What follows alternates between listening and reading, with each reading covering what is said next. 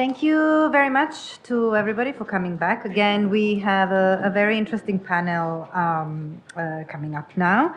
And I will turn it over quickly, right away, to Dr. Monica Granados, who is the Assistant Director for the Open Climate Creative Commons initiative. So, Monica, the floor is yours. Thank you very much, Anna. And thank you to the UN, the library, for the invitation to be here. I think everyone here in this room and online are here because we believe that open science is about fulfilling the promise of science. That if we open up science, that we make it more accessible and so much more equitable. Yet I think in the race to build models to move away from traditional publishing subscription models, to deconstruct these traditional ways of scholarly communication, we risk building a system that repeats the errors of traditional scholarly communication.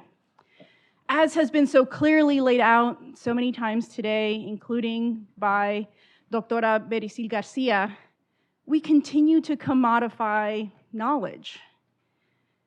It is therefore imperative that we really, truly assess how we realize equity. That we need to center diverse global voices in decision-making. Otherwise, we risk perpetuating paternalistic behaviors where the global north defines equity at the expense of the global south. I was trying to lay out the importance of equity in open science and really the failure of this movement to really center equity. That we're risking building a new system that is only going to put the same inequities that are in the traditional publishing systems into a new type of system. And this dimension that we've been discussing today about equity really needs to be a part of absolutely every single conversation that we have about open scholarship. Every project, every discussion on policy and processes where open access, open scholarship, open science is involved, equity needs to be part of that conversation. At the Open Climate Campaign, a 4-year project to make the open sharing of research outputs the norm in climate science, one of our 11 goals is to ensure inclusive outcomes throughout the campaign. This is why I'm so pleased to introduce this session on equity in open science, which will touch on Indigenous knowledge and the perspectives on science and the opportunities and the challenges of open science. The impact of APCs on lower income countries and the case for open source hardware. A reminder to the presenters today that questions will be addressed after each speaker has presented. And a reminder that for those of you joining us online, pose your questions in the chat window and that we will address them after all of the panelists have concluded their remarks. I'm pleased to introduce our first speaker. Dr. Gregory Cajete is a Native American educator whose work is dedicated to honoring the foundations of Indigenous knowledge and education. Dr. Cajete is a Tewa Indian from Santa Clara, New Mexico, and is a member of the New Mexico Arts Commission. In addition, he has lectured at colleges and universities in the United States, Canada, Mexico, New Zealand, Italy, Japan, Russia, Bhutan, Taiwan, Ecuador, Peru, Bolivia, England, France, and Germany. Among his many accolades and outputs are 10 books that he has authored. Dr. Cajete is retired now from the University of New Mexico in June of 2020, and he is currently an independent consultant, scholar, and writer. Dr. Cajete, the floor is yours. Thank you so much, and greeting from my people, the Tewa people of New Mexico. As we say, Sengi Thamom, which means good day to all of you. It's a pleasure to have this opportunity to share some thoughts and perspectives regarding open science. And if, with your permission, I'd like to share a PowerPoint just so that I cover all of the main points. I'll provide the PowerPoint, to the UN group, as a record of my talk. But I want to make sure that I make all of the points that I feel are necessary. So, if with your permission, I'll go ahead and share my PowerPoint. Again, considerations regarding science and open science and indigenous knowledge really revolves around, I think, several considerations that need to be addressed. First of all, indigenous science can be defined in different kinds of ways, but it's really a multi-contextual system of action and orientation applied by indigenous people through which they interpret how nature works in their place. And so it's a place-based system of knowledge. It can also be defined as a high context body of knowledge built up over many generations by a culturally distinct people living in close contact with a place, its plants, its animals, its waters, its deserts, etc. I think one of the most important things is really, to continue to build bridges between indigenous and Western knowledge, and that's been, the gist of my work over my career, to develop practical methods for interpreting native knowledge in a Western science context, and also recognizing and applying international resurgence of indigenous culture, sovereignty, and human rights. Of course, these considerations are considerations that I think are essential as parallel as to the discussions about open science. Of course, as been mentioned already, equity, social justice is an essential component of this strategy, helping government, educational, corporate institutions understand how they contribute actually to the marginalization of indigenous people in the science and research development, and how they may change this scenario by introducing indigenous knowledge in appropriate ways to increase indigenous people's interest and participation. This is not an either or indigenous Western kind of construct, but historically things indigenous have been marginalized. It is a matter of fact now that both ways of understanding can actually enrich each other. And I think with creative planning, we can be complementary in ways that they can coexist. But for me, the key is the education process. And not really saying that Western science must embrace indigenous thought, but that it should be respected and included in its considerations. For me, again, teaching and enhanced science curriculum is key.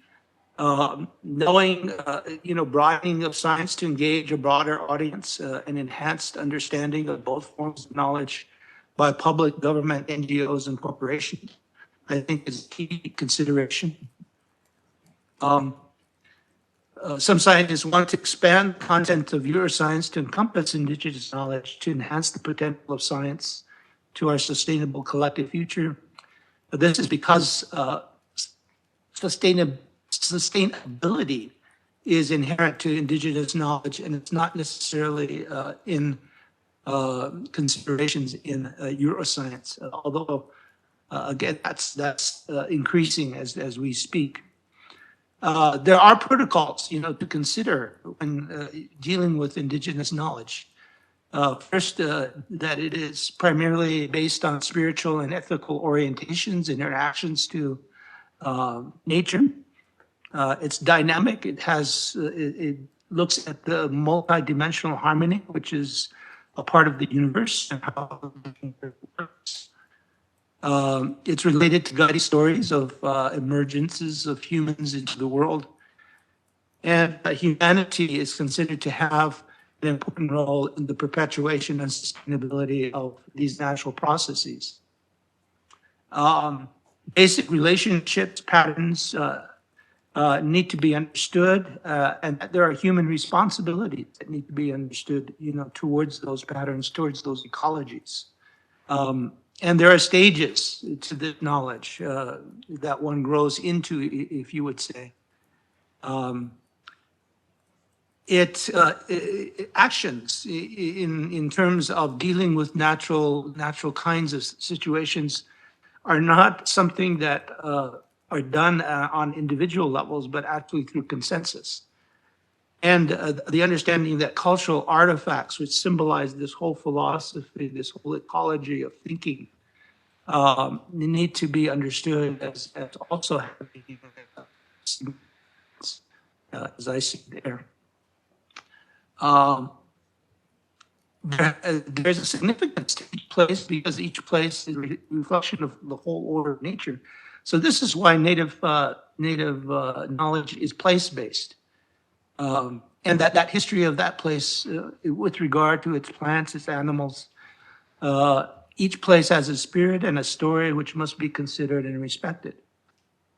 And that technology, when it is used, should be appropriate and reflect that balanced relationship with the natural world.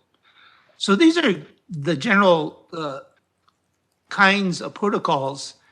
For indigenous people, it's about healing and rebuilding indigenous communities, producing more, from my perspective, science and technology professionals, producing two-way science, science and technology professionals who are cognizant of both forms of knowledge, and creating indigenous cultural knowledge capital. Lots of challenges.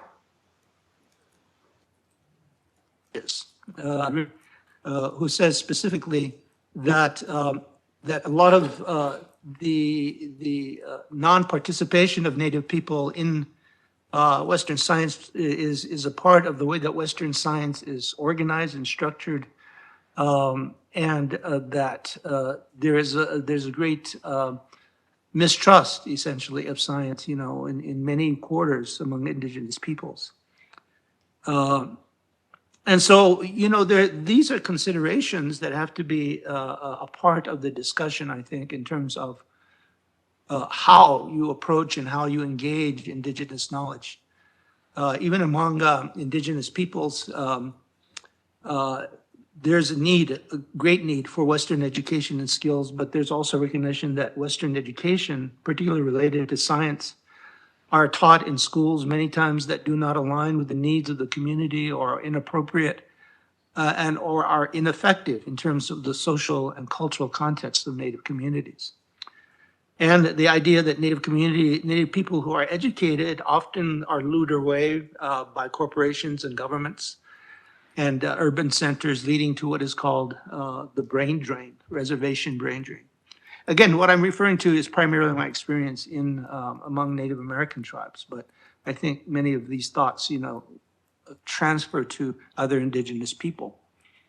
There is, a great need, as I say here, that for the need for Western science skills, but also there are social conditions within the context of Native communities that also impact, Native participation in science-related fields, and even access, to science research. Long-standing mistrust of governmental and educational institutions, poor individual and community, infrastructure, infighting, sometimes the exploitative control of federal and corporate entities through which various political and otherwise self-serving policies perpetuate a weak social governance and economic system. All of this adds to the lack of participation in science by indigenous peoples. But there are ways to address this. One way is to extend, the advocate for the extension of tribal forms of traditional science, culturally responsive education, and creative strategies for teaching, learning, and research of science toward an engagement rather than alienation of Indigenous people from science. And really, these kinds of concerns are being researched by many Indigenous scholars as we speak. But for me, as an educator, I think this culturally responsive education, becomes the most important consideration. And just to tie up my comments, I want to bring to your attention some recent research in 2014 by colleagues Doug Menden and Megan Bang in a book called Who's Asking? Native Science, Western Science, and Education. And they contend that the very structure of science education in most educational settings reflects an enhancement of seeing science as being done in only one true way, with only one true set of values, and seeing only one way to do and work in science.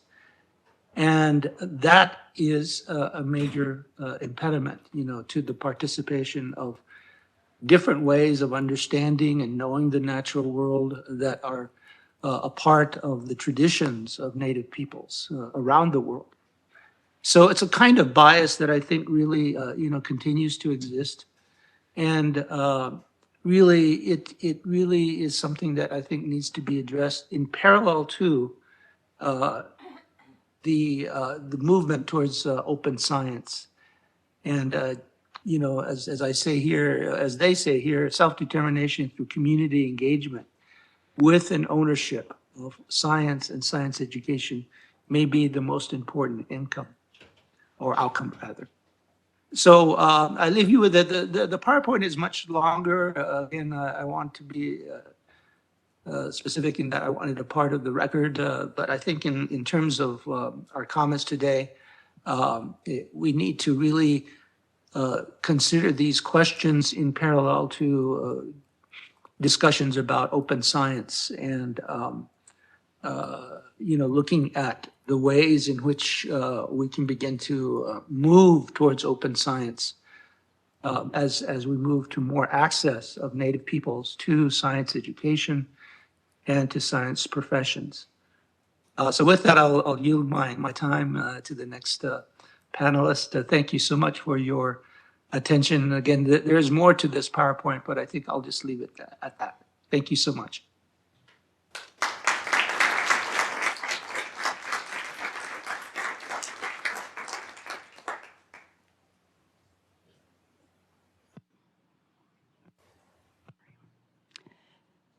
Thank you so much, Dr. Cajete. I think this was an incredible overview of a very specific and concrete example of how science can be harmful and how we have to listen to these stories, learn from these histories so that when we think about reimagining science under the lens of open science, that we take these voices, we center these voices, and that they are a central part of the way that we rebuild science with open science.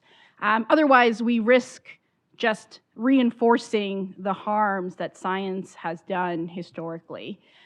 So we've got some questions that we'll leave to the end. I will now introduce our next speakers who are going to give their presentation in tandem. I'll start by giving a little bit of information of reading the biography of our speakers. So I'll start with Thomas Klebel. He is a researcher and project manager at ORRG at No Center and also a PhD candidate in sociology at the University of Graz. In his research, he investigates the unintended consequences of current implementations of open research, such as open access publishing. With a focus on quantitative methods of inquiry, he is also keenly interested in causal modeling and current issues concerning the reproducibility of research.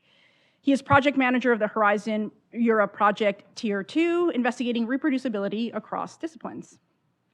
and a former project manager of On Merit, researching issues of equity in open science. Thomas holds degrees in sociology and music performance from the University of Graz and the University of Performing Arts, Graz. Our second speaker is Tony Ross-Hellois. He is a leader of he's the leader of the Open and Reproducible Research Group at Graz University of Technology and a senior researcher at No Center. His research focuses on a range of issues related to open science evaluation, skills, policy, governance, monitoring, and infrastructure.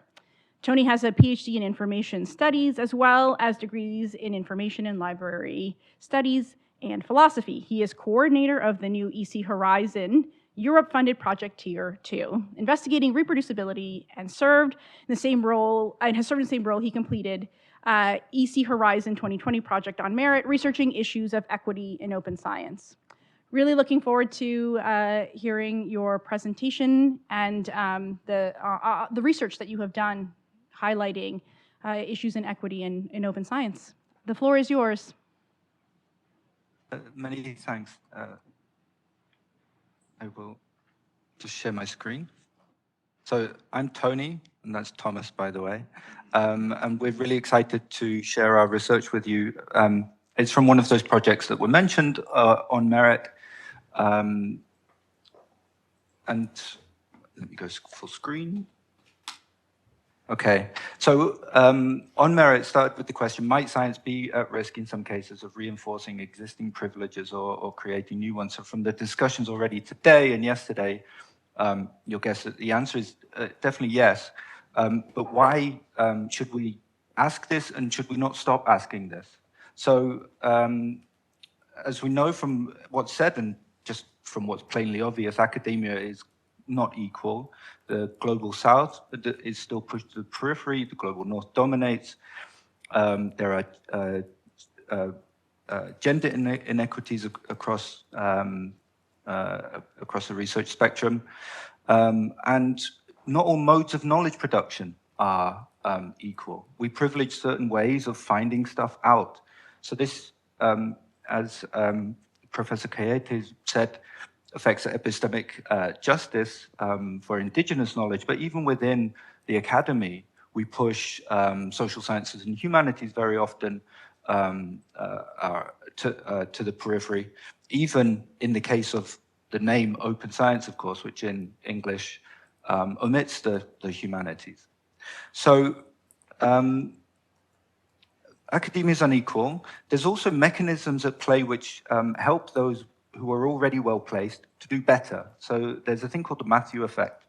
Robert Merton wrote on it, and it's been found to be a play across science in distribution of prizes and attention, promotions, in funding, and so on. And what it basically says is, everything else being equal, the actor who gains resources is in a better place to gain resources in the next round. And this means that there's a dynamic of cumulative advantage, which would help those who are already very well placed to stay in the lead.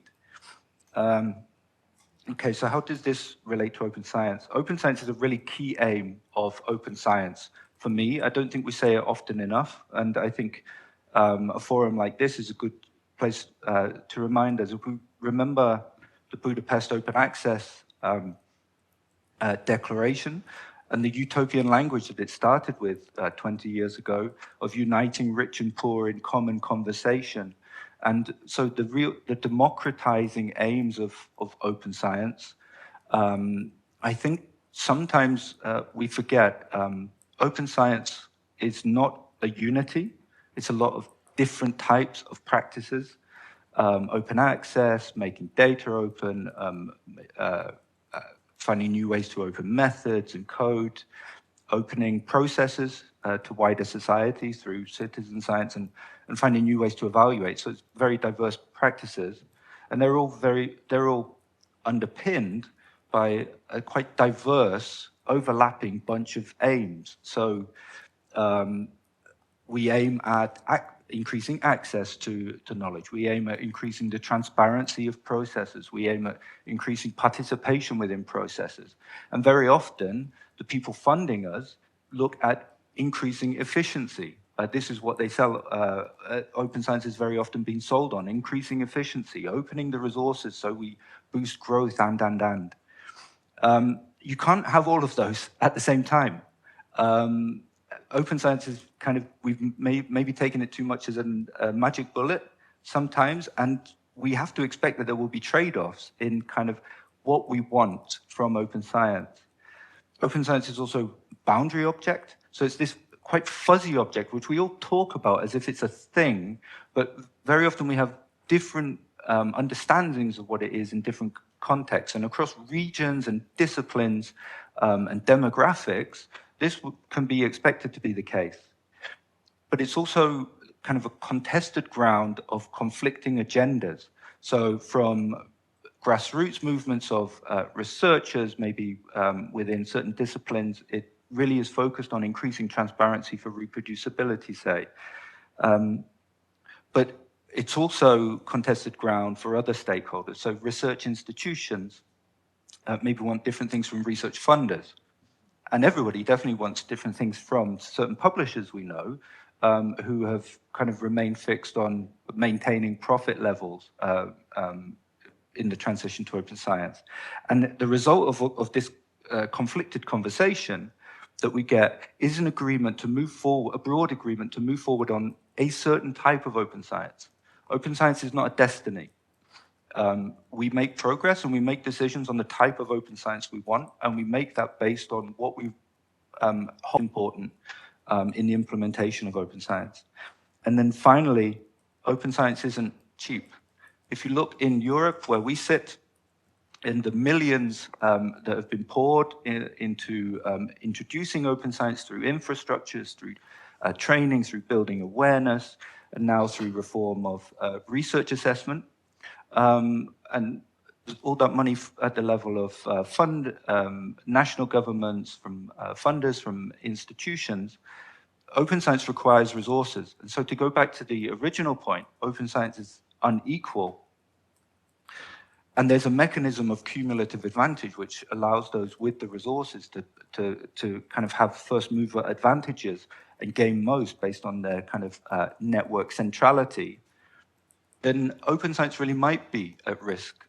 These are kind of the mechanisms that might mean that open science is at risk of reinforcing existing privileges. So in our project, this project, we ran from 2019 to 2022. We had some of this money from the European Commission, 1 million euros. We were 5 institutions with sociological, bibliometric, computational approaches, and we wanted to look at all of these issues. Thomas will now take over to lead us through the outcomes of some of the key studies within the project on APCs and rewards and social inclusion. Thomas, please. Thank you, Tony. So a key investigation we undertook as part of On Merit was a scoping review where we looked at the evidence and discourse that is currently available on these dynamics that Tony already talked about, how that in the transition to open science, existing inequities could be persistent or even made worse. And from scoping these about 270 studies, we found many diverse threats that revolve to some extent on the resource intensity, and we will look into 3 of them in more detail now. The first one is the discriminatory open access business model that involves APCs, and we'll also talk about the lack of reward structures and the exclusion of societal voices in the transition to open science. So when we consider the publishing system, I think we can all recognize that article processing charges are a threat to the ideals of open science. While we all agree that open access is beneficial and we should strive for it, there are many pathways to implement open access, and certain types of open access involve these article processing charges where authors have to pay in order to be able to publish. And this particular pathway is being pushed by the large commercial publishers, as Tony already mentioned. More and more evidence suggests that APCs are a threat to diversity in authorships, And in our investigation, we looked at the relationship between APCs and institutional resources, and indeed found that researchers from better resourced institutions publish more APC-based open access, and they also pay higher APCs. And we looked at that across countries and across disciplines on a very wide basis of publications. We also found that the influence of institutional resources is not the same across countries. So in higher income countries, it's rather low. In these countries, we assume that most of the research institutions will be able to support these APCs. But in lower income countries, there's more variability, and certain institutions might not be able, of course, to support these APCs. So we see that open access publishing that involves APCs is creating a new barrier for who can publish in which scientific outlets. And that has very important implications, because the most prestigious journals often charge the highest APCs. And for this reason, voices from communities and societies that are currently already less embedded in the global scientific discourse are even further marginalized. And this is a pressing problem, because we have very urgent issues, as encapsulated in the Sustainable Development Goals, that need diverse voices for sustainable solutions. But this APC-based business model is detrimental to achieving this goal. When we take a look at the system of rewards and incentives and the recognition of researchers, many stakeholders already agree that there is a need to reform the system, because the system of rewards and recognition acts sort of as a beacon for researchers in terms of what kinds of practices are desirable. And when we look at current incentives that can be found in documents across institutions, we see that criteria do not encourage open and responsible and reproducible practices. Also, there is a dissonance between what researchers believe should be valued and what they think is actually valued by their institutions. And this gap is the largest for some open science practices, such as openly sharing data or openly sharing research code. However, we must also be aware that open science is not on top of the priority list of researchers. From the survey we conducted here, generating high quality publications is believed among researchers to be the most important. Also, there is epistemic diversity between disciplines. Certain practices, such as sharing research code, are less relevant in some disciplines, especially in those disciplines that do not use scientific code and research code. And lastly, we should also not expect the reform of reward and recognition to be sort of a silver bullet. The system is very complex, and more actions than simply changing incentives are needed. Over to you, Tony. Okay, so a final study that we did was to talk to researchers working at the science policy interface, very relevant to yesterday's discussion, of course. So researchers both in universities, but also in private research institutions, to talk to them about how they saw open science as affecting the uptake of scientific information flowing into policy work. So this we just published very recently as a preprint. We found limited impact of open science there so far. Mainly so within the open science conversation, one of the selling points, and it's appeared in roughly a third of policies or so, is that making scientific information available, like opening publications, will make it available directly to science policymakers, and that this mechanism, via this mechanism, it would flow into policy. But we found that rather than the physical access to the science that's the barrier, it's rather the cognitive access to the science. So it's not that making it available will enable the policymakers to read it. People we spoke to told us they won't read that anyway. You need to put it in a form, a digestible form for them through policy briefs, which makes it very easy to consume. And so in the paper, we reflect on the fact that maybe we focus too much on making things available, just accessible, physical access, and not enough on this aspect of cognitive access, which of course links to, from the previous panel, the idea of multilingualism and so on.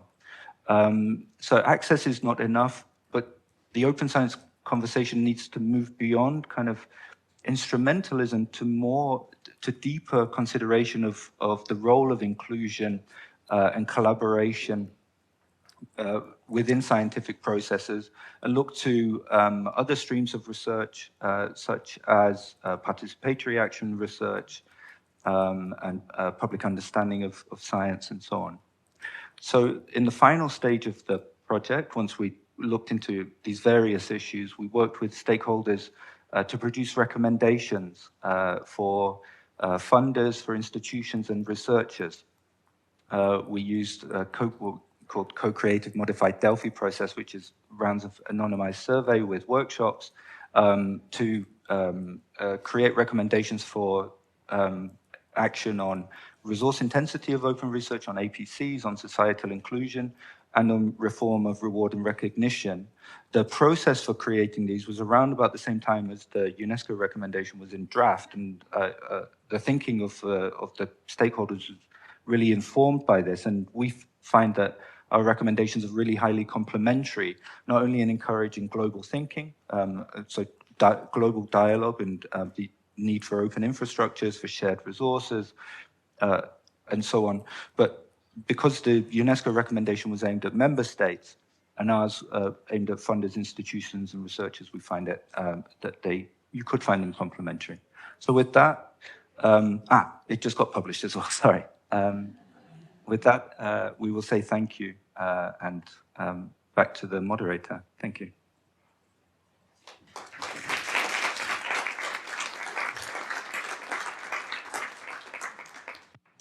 Thank you so much to both of our speakers. I think the type of work that you both are doing and that your research group is doing is incredibly important.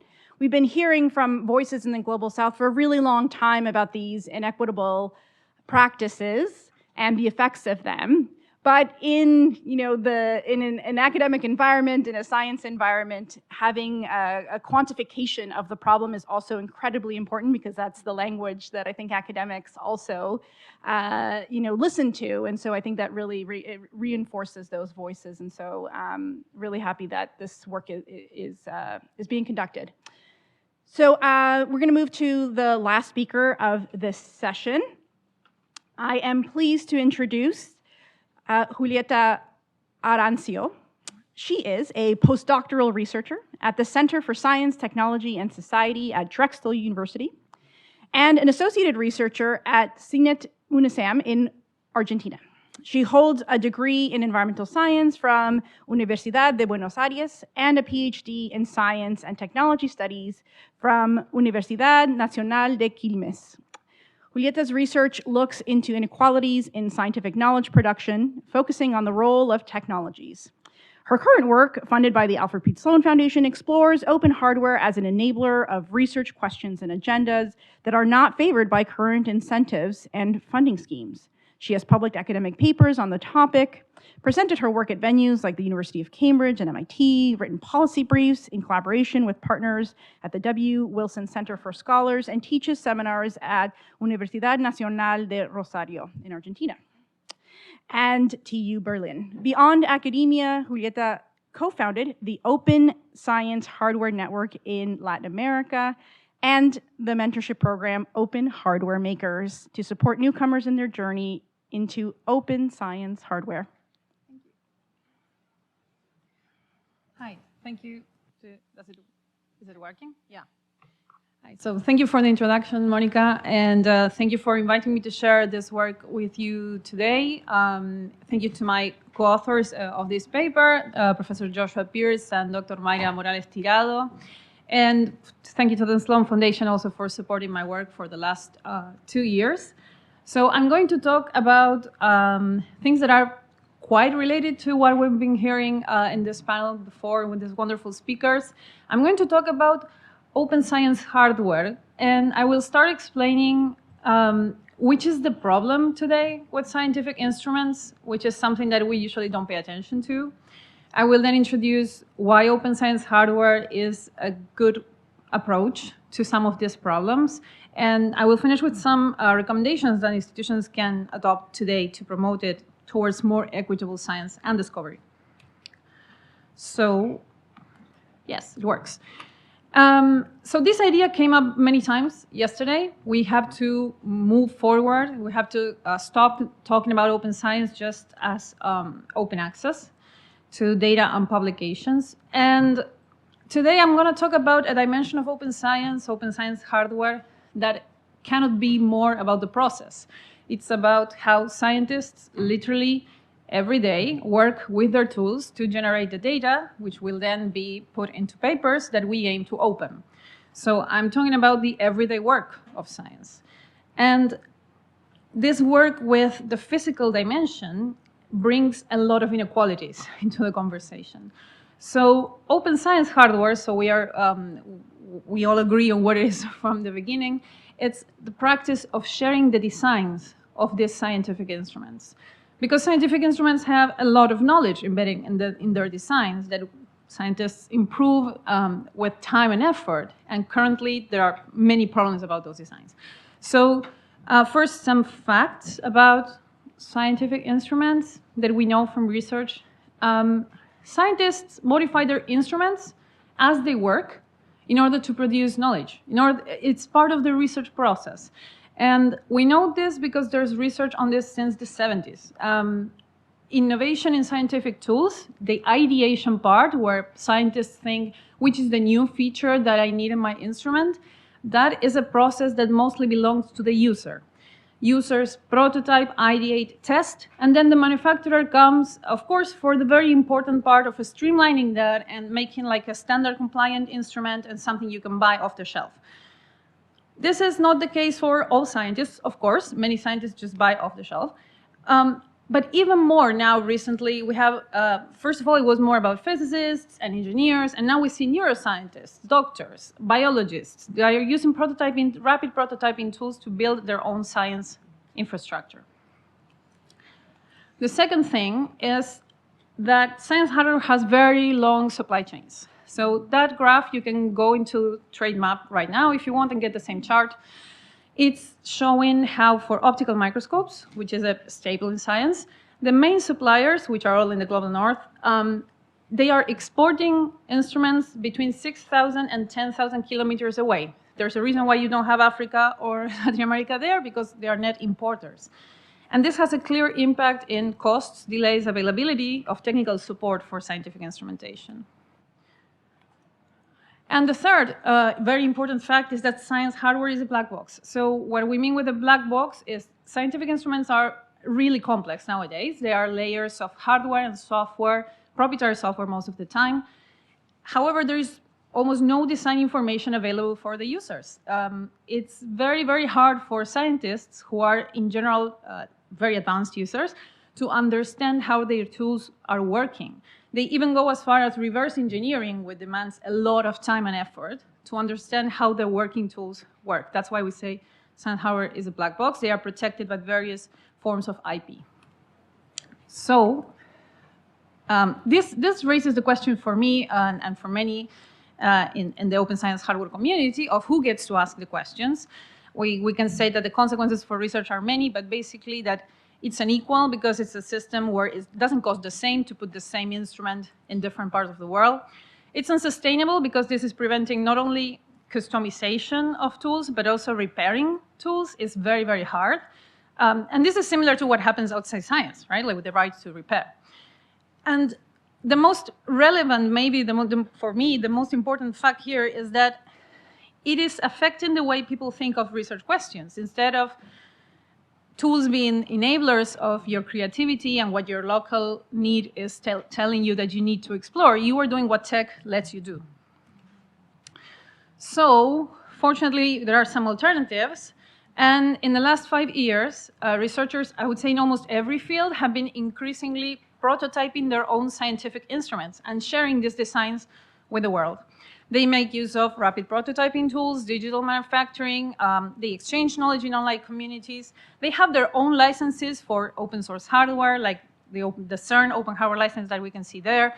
There is linked data on open hardware and the SDGs already, so that's something we can adopt. There are educational programs. This is already happening, and it's connecting academia, it's connected industry and civil organizations around it. There are two main advantages that people talk about when they mention open science hardware, and this links to the previous talk. The first one, the most immediate one, is the efficiency benefits. It's better. It's better if we can develop better instruments because we know how they work. It makes no sense for instruments to be a black box. This is great, and this is true, and there are many papers about it. There is also another potential of open science hardware, which is enabling new actors to pursue science. And in a way that Greg was mentioning, with technology that is appropriate in terms of the interfaces, the materials that it is designed with, the supply chains that are local instead of importing something from 6,000 kilometers away. This is the transformative part of open science hardware, and the one that policy should target if we want not to reproduce again open science as usual. So just to bring this closer to home, this is a paradigmatic example of open science hardware. I was studying this for the last 2 years. This is the Open Flexure microscope. It's a design created by Dr. Richard Bowman. He's a physicist in the UK who decided to release the design open. It can be fully 3D printed, except, of course, for the optics and some electronics. And the map in pink shows where the microscope has been built. Depending on which optic you have, you can make an educational grade microscope, or you can have a microscope that you can use for publishing in Science or Nature. And some stories that happened since this design was released, which was in 2016. For example, a PhD student in Dublin decided to take that microscope design, mix it with another principle from 3D printing, and create a tool for monitoring microplastic concentration in the ocean in an accessible way. She wants to build a baseline for microplastic pollution, and I think she's going to do it very soon. Another story is that a clinic in Tanzania is accelerating malaria diagnosis by partnering with a makerspace who is building these microscopes. And now the supplier of the microscopes is 1 hour away in Dar es Salaam, instead of having to go all over the costs and bureaucracy of imports. They can also repair the microscopes. They're not obsolete. And then the last one I wanted to mention is that social organizations in Argentina who are working with indigenous communities and small farmers who are doing an agroecology transition, they are using the microscope to assess how well this transition is going in terms of soil health.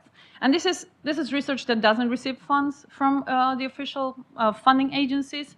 And they are able to pursue this neglected agenda because they are accessing appropriate technology. If not, there's no other way. And it hasn't been even a decade since this happened, okay?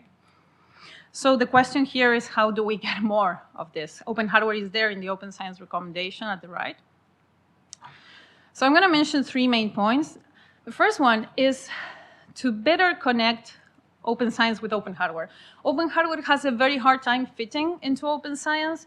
My personal opinion is that it brings this material dimension, and it's hard to deal with. It's supply chains, it's materials, and it's also a different actor. You start talking to technology transfer offices at university on top of talking to libraries. So it's a different kind of dialogue that we need to start generating. The way to do, why this is important to really put open hardware in open science policies? Well, first because it can incentivize generating more structured data on open science hardware practice, because it's already happening and this is not being tracked by anyone. It's also a pathway for universities towards impact because, again, this is happening and no one is looking at it. But most relevant because it will start legitimizing the work of academics and other researchers who are doing this in academia, and their work lacks credibility. Absolutely. This is science for the poor. This is science that is DIY, and it's not really taken into consideration as a career progression thing. The second is to make open hardware licenses a clear alternative for tech transfer in academia. Today, open hardware in academia is done in a way that people do it because they do it. They don't ask for permission. But if they want support, there is no one there. No one has the capacity in-house to say, yes, you should use this license. Or, look, in this case, open works. If you're doing, I don't know, defense work, maybe it's not the best option. But these discussions have no place. They're not happening anywhere. Another thing is that if you align procurement mechanisms, then you may have the incentive at university to say those prototypes that are generated by scientists can become partnering with small firms that work locally. You can have better instruments that are provided locally. They are compliant with standards. They are manufactured there, contemplating the supply chain. So this is the vision of an open innovation ecosystem based on open hardware. And it's very, very important that there is no place at university today to talk about this. And finally, I think that the one that makes the difference between efficiency only and more equitable science is building local capabilities. So the key here is to train people locally so they can critically assess if a design is good or not, understand how to repair that design, understand how to use it, how to modify it, train researchers in how to use and share open science hardware with proper documentation in their own languages, and finally incorporate it in the curricula so students also learn about it. People learn because they're curious. The institutions are actually not doing anything about it. So basically the idea is that we move from that, which I was mentioning earlier, to better science, which is more equal, more sustainable, and locally relevant with appropriate technology. And the question is which discoveries and locally useful knowledge we could unlock with this. So thank you. Thank you. I'm sorry I'm a little over the time, but I'm happy to answer any questions and looking forward to discussion.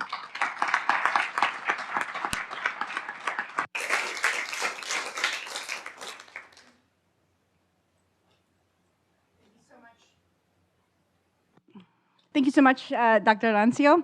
I'm a huge fan of open hardware. You just look at it and you're like, this is so cool. This is really, it is such an example of like realizing the potential of open science. And the need for us to think about the entire research lifecycle when we're talking about open science. You know, historically, we've focused much on publications, and in a way, I think it's because a publication is very tangible. We're moving into thinking more about open data, and that's also very complex because data isn't a single unit. But I think we need to start thinking more and more about the entire research cycle from ideation through data analysis and knowledge mobilization. But that ideation part, it's really underlooked, and I'm glad that groups like yours are doing that work. So we've got a little bit of time for questions, a reduced amount of time, so we make sure that we finish on time. Just a reminder that if you are online and have a question, please pop it into the chat. Do we have any questions from the attendees in person? 5 minutes? 5 minutes of session? Go ahead. So we're going to take a question from the person. Yeah. So Lisa Hinchliffe at the University of Illinois at Urbana-Champaign. Thanks to all the speakers for these really thought-provoking presentations. I was particularly taken with the sort of very stark statement, which I believe is true, there will be trade-offs, right? And one of the things I'm wondering, either from the on-merit research projects or from other speakers' experiences, is thoughts about how, as communities, we organize intentional choices about the trade-offs rather than finding ourselves in a year or two talking about unintended consequences. And I think the keynote speech this morning pointing out the now downstream consequences of transformative agreements is perhaps an excellent sort of large-scale example of that kind of there were trade-offs and now we have a problem. So now we have a new problem. How do we choose the problem we have next?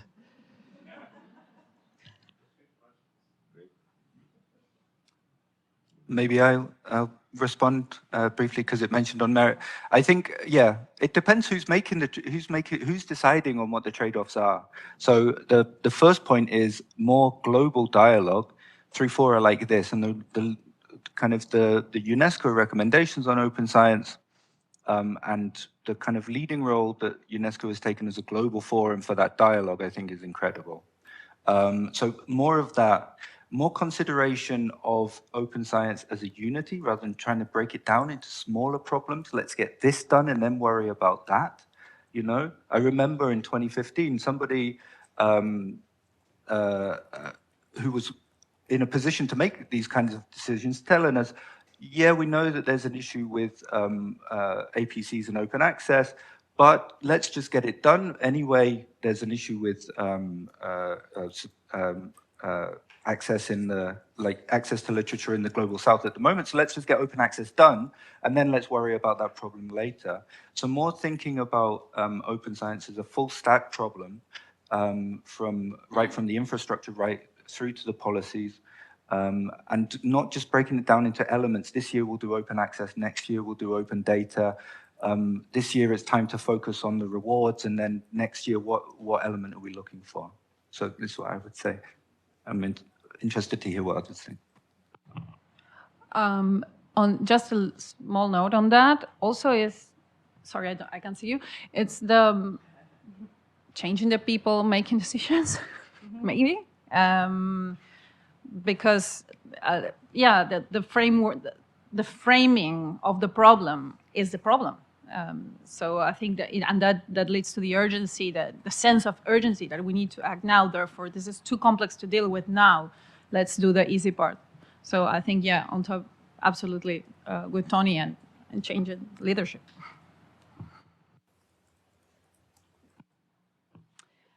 Thanks you so much for that question.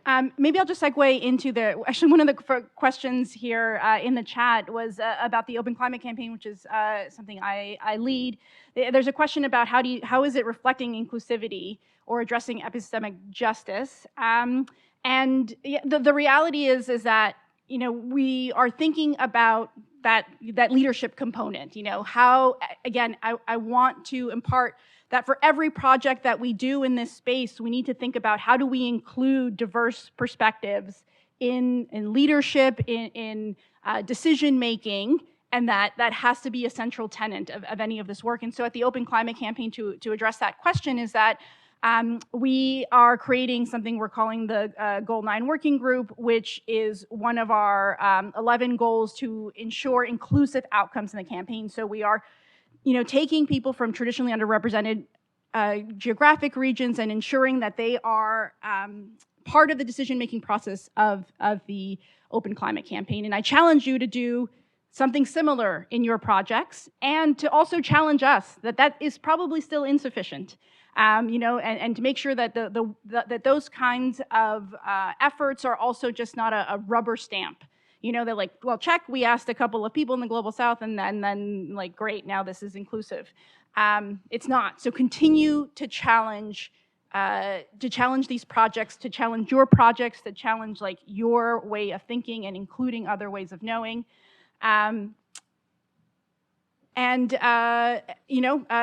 Keep striving for that equity. I'll transition to a question, and I think is directed towards Dr. Cajete. So the question is, what happens when indigenous knowledge and Western knowledge contradict each other? Do they just agree to disagree, or does one take over the other? What should happen, in your opinion? That's a very good question. I've contemplated that and have seen that in real experience, through my career. There's a number of things that, first of all, it's based on respect, knowing and understanding that indigenous ways of knowing actually come from a very different worldview, and that worldview characterizes how Native people view their knowledge of science. That worldview essentially is a very ecological worldview, and I must say it's been interesting to read parallel to indigenous literature and indigenous thought, the literature that's coming out in terms of eco-psychology and also eco-philosophy that is in many ways paralleling indigenous thought and using indigenous thought many times as a wellspring for thought and perspective. So there is a very interesting kind of process happening in that mode. In terms of science, there is a very fundamental question that I think needs to be debated, and that is there only one kind of science? Is there only one kind of science? And history will tell you that there never has been only one kind of science, that each cultural tradition creates a system of knowledge that works for it in its place, that essentially informs how to live, how to interact with the natural world, and also generates questions that are primarily set in the worldview, which is, how do I relate to the world? What is the human role in the world? How is it to become a human in this world? These are questions that are answered, in a variety of ways in indigenous cultures and traditions. And yes, they're going to be very different than the kinds of questions that, let's say, Western science, which I might say is a very new human knowledge system in comparison to indigenous systems, is asking. And so many times the best, it begins with a sense of mutual respect and knowledge of both systems of knowledge, both systems of being in the world. That then comes down to education, how you educate, and the inclusion of native philosophy, native thought, especially in science education today, because it parallels some of the thought and perspective that is already there in terms of environmental philosophy, but I think really augments how you begin to understand your role as a scientist, how you look at the world. And so fundamentally, many of the questions that have been asked in this panel are actually questions about how do you educate people, both within the context of academe, but also in the context of people who are using science and developing science skills, to be appreciative that there is more than one way to do science. And that's a big question, because the current system of science we have is a vested system. It's vested by governments and corporations. There's a power dynamic in terms of indigenous people and in a sense the dominant mainstream system of science. So these are questions that have been asked by many native scholars as well as non-native scholars. I showed you a slide that that poses the question. It depends on who's doing the science. And so this is an ongoing debate. It's not an either or kind of question, but it's a both and. I believe that indigenous thought can contribute greatly to the way that science is done, the understanding in which science is applied. But yes, it is in conflict many times with the standard mode of doing science in the world. And so I think the indigenous presence really is an anomaly, but it's also in many ways a gift, if you look at it that way, in terms of understanding science in a very different way, science as a way of relating to your world, understanding your role as a human in that world, and moving it towards a more ecological expression of scientific knowledge. So with that, I think, this is a very important question that needs to be answered as you talk about, the nature of open science. Thank you so much. I'm going to pose one more question that it's a general, and if all the speakers have a comment towards it. We've got a question that's, that recognizes what we've surfaced today is really interesting. Now let's talk about, what action can we do in response to what's been surfaced. In particular, how can universities really access support for the development of these local capacities and knowledge, or how can universities support local capacities and knowledge? And I would love to hear from your different perspectives and experience and expertise. How can universities enable this? So why don't we start with Dr. Ross Hallower and Thomas Klebel. I'd prefer to hear from Dr. Kahetu on that. But, I guess the issue is opening up, and to go back to what I said about maybe we've been too technocratic in thinking in the first place about open science as access.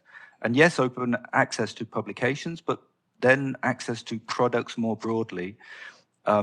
And rather than thinking about it in terms of inclusive and collaborative practices and processes. So there are various ways to engage local communities in kind of upstream engagement, especially where you're involved in societally or locally relevant event. research, there are kind of bringing communities in to help with problem formulation and research design, to help with collection of data and analysis and so on. Yeah. Anybody else? Dr. Kahete, would you like to add to anything to that? My experience really has been that there continues to be a kind of invisible wall with regard to, how indigenous thought or indigenous perspectives are included in scientific studies. Of course, as you saw, there's various protocols that you have to be aware of when you work with indigenous knowledge. But I think that in terms of our academic institutions, and I think it's very well said by, there are several other quotes that I didn't include in the PowerPoint because it was going too long, but we already know that the diversity of Native professionals in participating in science and science-related fields is minuscule in comparison to any other group. And but yet at the same time, the indigenous thought and perspective, as I said, is an ecological way of thinking about being in the world and doing science that I think is so important and so much needed in mainstream science as a way of thinking about the future of science as a whole. And many times, indigenous thought never gets in the door.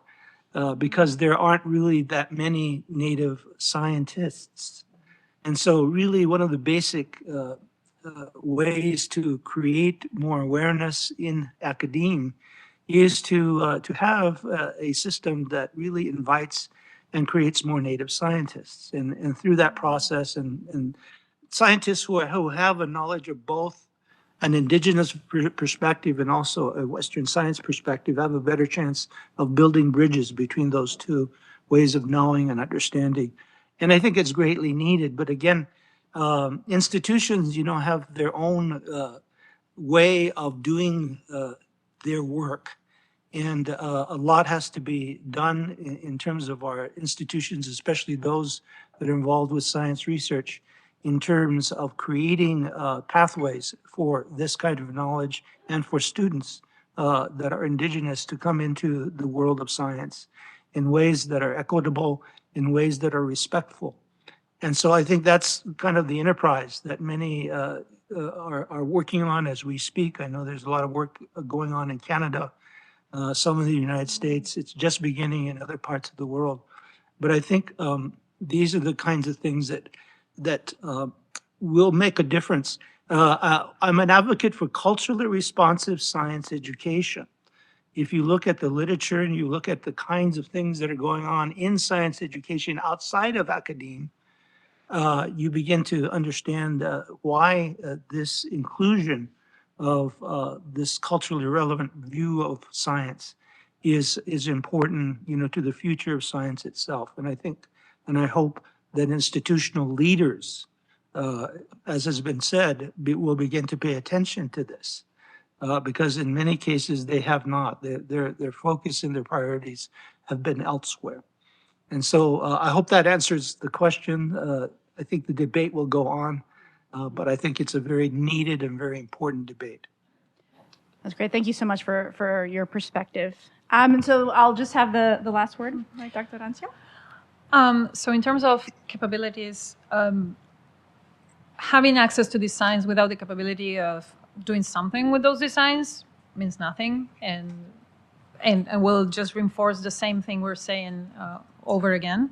So some ways to do it, for example, the open flexure microscope is a paradigmatic example because the documentation is excellent. It's so much detail. There's so much detail there, and it's because it's the result of a collaboration between the developer team and someone applying that in Tanzania to accelerate malaria diagnosis. They were asking the right questions to make it into a useful documentation online. That's why people can appropriate it. Still, barriers are high, so the efforts would in my opinion, should go to try to foster that circulation of knowledge and lower barriers so more and more people can get to appropriate these designs. Since not only in terms of complexity, but also in terms of languages. Most documentation is in English, and curating and trying to understand a critical assessment of which, okay, this design works in this context, this doesn't work here. And the other key part here is how to locally build and repair using the available distributed manufacturing capabilities we have in some places. The final thing, and I want to link to what Dr. Ross-Heller said, is that there is, at least in Latin America, this is what I know, and because I'm from Argentina, there's already so much participatory research happening. There are so many efforts of researchers working with communities. Researchers want to do this work. So the link here, I think it's important not to reinvent the wheel and try to share these framings, which are very similar, of participatory research and design justice or participatory design, and try to understand that there are alternative ways of understanding technology, and the technology is not always bad, and we can use it differently. So yeah, that's what I would say. Thank you so much to all of the speakers. We are now out of time, so I'm going to turn it over back to the Master of Ceremonies for some closing remarks. Great, thank you very much. No, I just wanted to really thank again the panelists and the audience, the moderator. Many thanks for this very, very good discussion. I think we have a lot of messages to take home from this session. And what I really liked is that, you know, we kind of started talking about publishing and equity in publishing and access to journals and to data, but we really very quickly also came to the fact that equity means a holistic approach, and you cannot break it down in small pieces. You really have to have equity across the entire science process. So I think it's something very, very important to keep in mind while we are trying to promote open science, looking into science really as a process in a way, rather than like products and different bits and pieces or people involved. So thank you very much for that. I'm going to leave it at that for the moment, and that is going to be also the introduction to our sessions tomorrow. And for that, I will give it to you, Thanos. Thank you very much for everything. I mean, it was great. I fully agree. I mean, this cognitive barrier to science in the policy science society interface is a great opening line for tomorrow, I think. Yeah, it was all wonderful. Thank you, everyone. Thanks to the people that tuned in online. Thank you to Anna, who guided us through the day. And you can adjourn the conference by using the gavel. Once again, go for it, Monica.